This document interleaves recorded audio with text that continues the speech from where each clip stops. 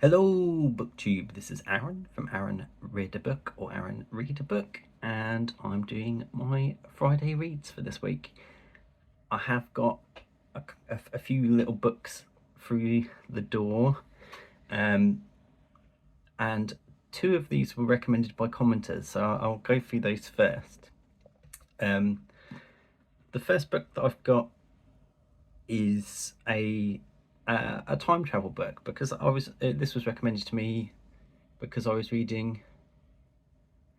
I can't remember what I was reading. I was talking about a time travel book anyway, and Topper Pop, who's a commenter on my channel, mentioned Julian May, and I wasn't familiar with Julian May, and I looked her up, and her book sounded really interesting. And she's got this series called The Saga of the Exiles. I think it's called something different in America. But this is the first book called The Many Coloured Lands. And this is about, sounds really cool because it's set in the future, but they find a time portal back to the Pliocene era. So it sounds really cool. I have to say, I've probably got the most boring cover of this book. There's some really interesting covers. There's, in particular, there's an interesting one that I really like the look of that has like very 80s hair in it, and then in the background you can see a man dressed as a nun riding a horse, and he's got a mustache. So that's very interesting. That I would definitely have bought it just based on the cover alone. But this cover's not too bad. It's just it's not as fun as some of the other ones that I've seen of it. But yeah, it sounds really interesting, and it's a big series. So if I like that, then I've got lots more to go. So let me know if you like Julian May as well. This next one was specifically recommended, the author, to me because of my love of sort of old ladies or old lady books. And this was recommended by a commentator called Keon Mola, and they just recommended me Molly Keane in general. And so I bought, I think this is Molly Keane's most famous book, Good Behaviour, and it's got hares on it, and I'm reading a book about hares at the moment, so that's very good. But yeah, she seems to write kind of, she's my era of sort of wrote a lot in the sort of 50s and 60s. And she's an Irish author as well, so this would help if I do the Irish event at any time. But it sounds really interesting, and I've got the nice little hardcover version with hairs on it. This next book is just one that I saw another sort of old lady type author that Charlie Heathcote talks about a lot, and I watched Charlie Heathcote's ranking of Elizabeth Taylor novels, and this was his favourite one, A Game of Hide and Seek. So I thought I may as well get Charlie's favourite one and then see if I enjoy it as well. Sort of 1950s film style cover. I wonder if it was an actual film. That might be a still from an actual film, but it's got an introduction from Elizabeth Jane Howard on it, and you all know I love Elizabeth Jane Howard, so that's a ringing endorsement for me. And because when I was buying this, I saw that, I thought on eBay it was like buy one get one 20%. I thought I'll get another Elizabeth Jane Howard book while I'm at it, and I got After Julius, which is one that I don't have. Annoyingly, this is not the cover that it showed on eBay, which would have matched my other ones, but I do have a few Elizabeth Jane Howards in this style. But I think this is one of her more well-regarded novels. So A Weekend in a Country House stirs up the ghosts of the past. So she does love country house, Elizabeth Jane Howard. This next book was also one I saw from a booktuber, and that was Charlotte at Coin Reads. It's kind of just one of those kind of books you get for Christmas when your parents know that you like history, and it's Ask a Historian, and it's just a bunch of random questions that Greg Jenner got asked, and he answers them. But it sounds really interesting and fun, and something you can just dip into a bit. I like Greg Jenner as well because he does a podcast that I've listened to. I can't remember the name of now, but an interesting podcast about history, and he's also a Tottenham fan, and I'm a Tottenham fan for my sins, and so I always sort of feel that he's a bit of a comrade in that sense. I'm going to read you some of the questions that are asked in this because they're quite funny, some of them. So the first question is, did Anne Boleyn have 3 nipples? My history teacher said this was used as evidence of witchcraft against her at her trial. I'm gonna answer these myself with no actual knowledge, and I'm gonna say yes, she did. Is it true that a dead pope was put on trial? Yeah. Who is the richest person who ever lived? That's quite good. It isn't. I think, isn't that Mansi Musa or someone? When was the first Monday? What conditions did the Windrush generation meet with when they arrived in the UK, which is interesting, and that's quite a subject that's come up recently. Who was the first vegetarian? How old is Curry? So they're kind of just random, quite interesting questions, and they're the kind of things that you are interested in when you like history, but people don't usually put them in a book like that. So that would be interesting. So then my incoming books for this week or couple of weeks. I finished 2 books recently. I'm going to go, talking of old lady books. So I finished September by Rosamunde Pilcher, and I did really enjoy this. And I have a feeling I'm going to really enjoy all Rosamunde Pilcher books now because I've read The Shell Seekers and this. I didn't quite like this quite as much as The Shell Seekers, and it actually has a character from The Shell Seekers in it. The concept of this book, and the reason I read it in May, or I started it in May, was it's May. The first half of the book is May, June, July, August time, and then but it's all building up to a party in September. So the book starts with a character coming over to another character's house and asking if they can help, if they should do this party in September for their daughter. And you follow mostly 2 families, and it's set in Scotland, and all the storylines kind of convalesce towards a party in September, and as the story goes along, past incidents and drama comes up. So it's your typical sort of big family drama. I loved how she writes about Scotland. Rosamunde Pilcher lived in Scotland, so it feels very real, and it just made me want to go on holiday there. I've never been to Scotland, so I would love to go there. And the one of the families is kind of the laird, so like the lord of the land where they are, but it's a laird in Scotland is not particularly like a lord in England who would be quite wealthy. They're basically just keeping their heads above water. The laird was a soldier, and during the Troubles had his leg shot off, so he's not as able as he was before, and that is something I think she writes really well about that incident in one particular scene in this book, but it's something he doesn't talk about very much.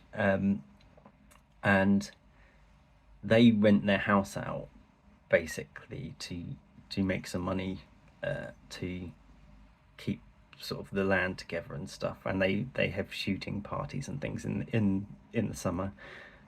This kind of area of Scotland is like completely just locals all year round, and then in sort of September, summertime, it all kicks off, and loads of tourists come and people come on holiday and they go and shooting parties and stuff. So there's also Americans that come visit and things like that.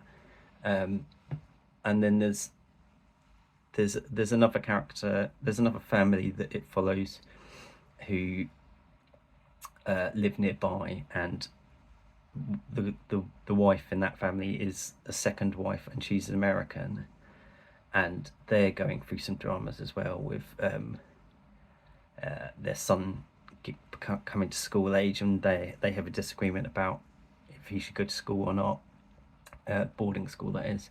And there's other characters. There's sort of there's a character who was there, who grew up there until she was 18, and then ran off, eloped, and has never been seen again for 20 years. Who's kind of like a sort of a Holly Golightly kind of character, and you follow her a bit as well. And she lives in Spain now. And there's past dramas that's caused this, and they all come to fruition in the book.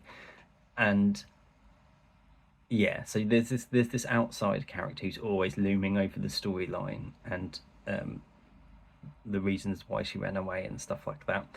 But yeah, very enjoyable. I didn't quite like it as much as the Shell Seekers, as I said, where the thing looming over the Shell Seekers is a painting, which I think is quite a nice little touch. But yeah, really enjoyed it. We'll carry on reading Rosamunde Pilcher books. I have 2 more of her books already. I have Winter Solstice, and I think I have the World War II one, which I can't remember what it's called, Closing Time or something like that.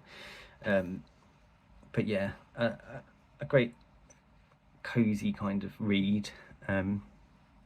That she's just so good at characters that she gets you emotionally attached to the story. Pilcher, very good if you like character type books.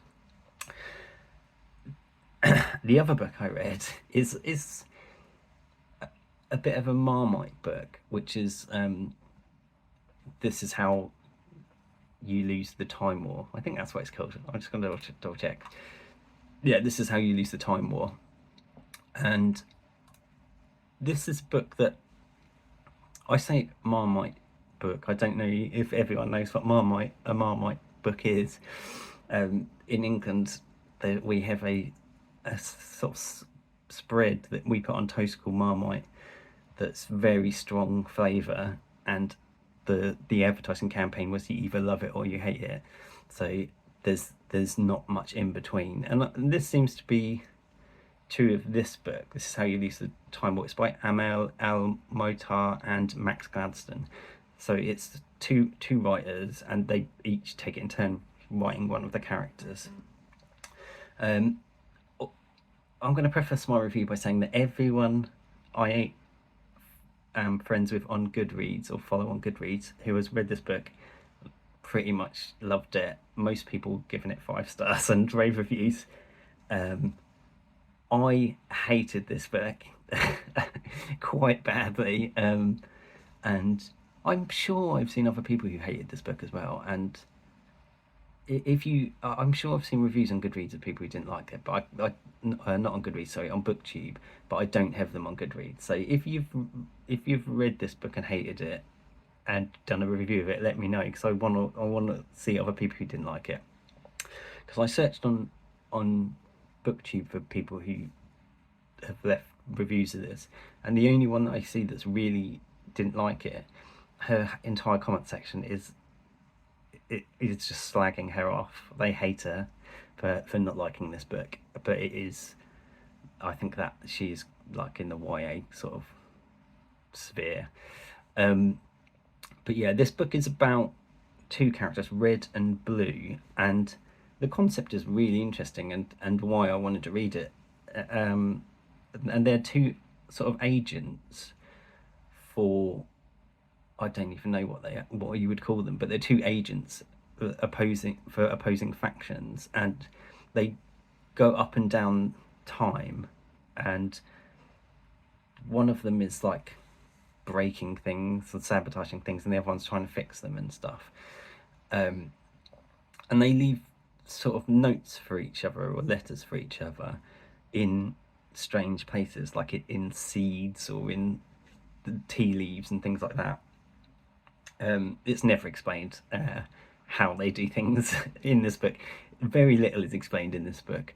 So I think it's, I get the feeling that they have read Hyperion quite recently, because both of the characters are kind of like some of the characters in Hyperion, where they're these sort of incredible time traveling assassins and things, and they've got incredible abilities and they can change form and things. But yeah, like I say, I feel like the reason I didn't like this novel is because it's trapped in between trying to do two things. It's trying to be like Hyperion, this cool, hard sci-fi of time travel and people doing interesting things. But this is a very short book. It's about 200 pages, novella, and because it's letters, they don't take up, the pages don't take up a lot of space. And B, it gets sidetracked by this romance element. So I would call this more of a romance than a hard sci-fi, but it fails as a romance as well for me, because you never learn anything about the characters. And I feel like it's very strange for a book that is written, each character is written by a different author.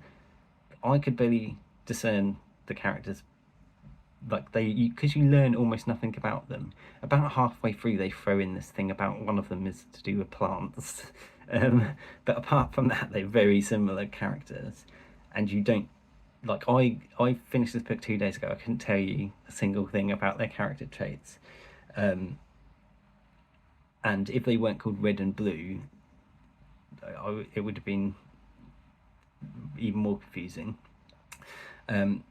So the romance element doesn't work for me because you learn nothing about these characters. I don't care if they all of a sudden love each other out of nowhere, enemies to lovers, for no particular reason. I wouldn't care if they set each other on fire. Like they're boring. So they leave these notes for each other. You also, yeah, because it's hard sci-fi, it doesn't work as hard sci-fi either, because you don't learn anything about what they're really doing or why they're warring or anything. And yeah, the book for me was incredibly tedious because nothing really happens. They're just leaving these notes for each other, and then they're kind of thinking that someone's catching up with them, and they're finding out that they're trying to talk to each other or something. It also, the thing that most people love about this book is the writing. So it's very poetic writing, but very confused. I think some people get confused by it as well, because it's overly poetic at times. At times it's very good, and that's why I gave this 2 stars rather than 1 star, because it did sometimes have some nice language to it, and the concept itself was very interesting. But then it gets just completely out of hand, especially towards the end of the novel, and it was like it just becomes utter nonsense. The poetry it's too much. They needed to edit this. Rather than editing each other, they've encouraged each other, and it's just got out of hand. And it basically read to me like 2 sixth form students doing terrible poetry to each other. Even though this book was like 200 pages long, I was struggling through it really, really hard at the end. And it annoys it because it's such a short book. I didn't DNF it. I was like, oh, I may as well see what happens. But I did not enjoy it. I thought it was pure tedious. People who like the smell of their own guffs, basically.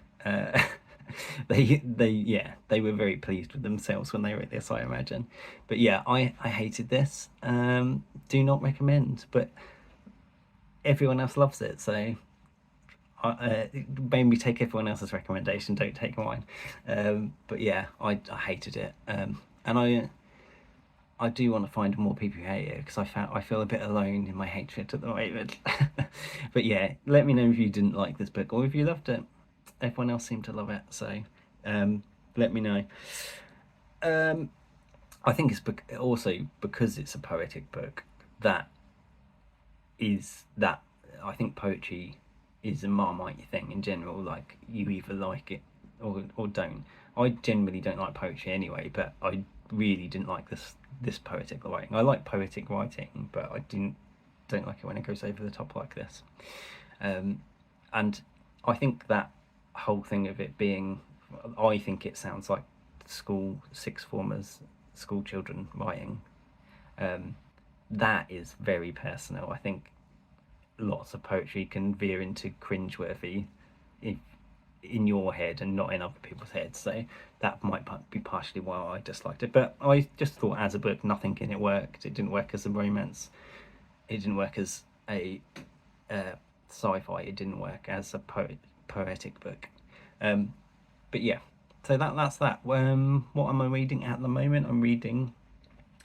I'm still reading The Burgundians. I'm trying to get more of that in because I've been enjoying that when I do read it, but I'm terrible at multitasking books. So if I'm reading a non-fiction and a fiction, I tend to not pick up the non-fiction as much, even though I love non-fiction. I'm still listening to the audiobook of Raising Hair, which I'm really enjoying. I really like her way she's gone about looking after this hair and not interfering with it, not even naming it, and knowing that it's a wild animal. I like it, and the language in that is very nice. And I'm still reading Dreaming the Serpent Spear, the Boudica fourth and final book with Sarah from Your True Shelf, and we're about halfway through that now, and there's lots of drama happening.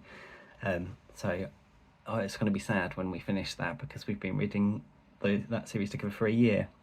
But yeah, so I don't know what I'm going to read next as my sort of non-history book and my non-audio book and non-body read.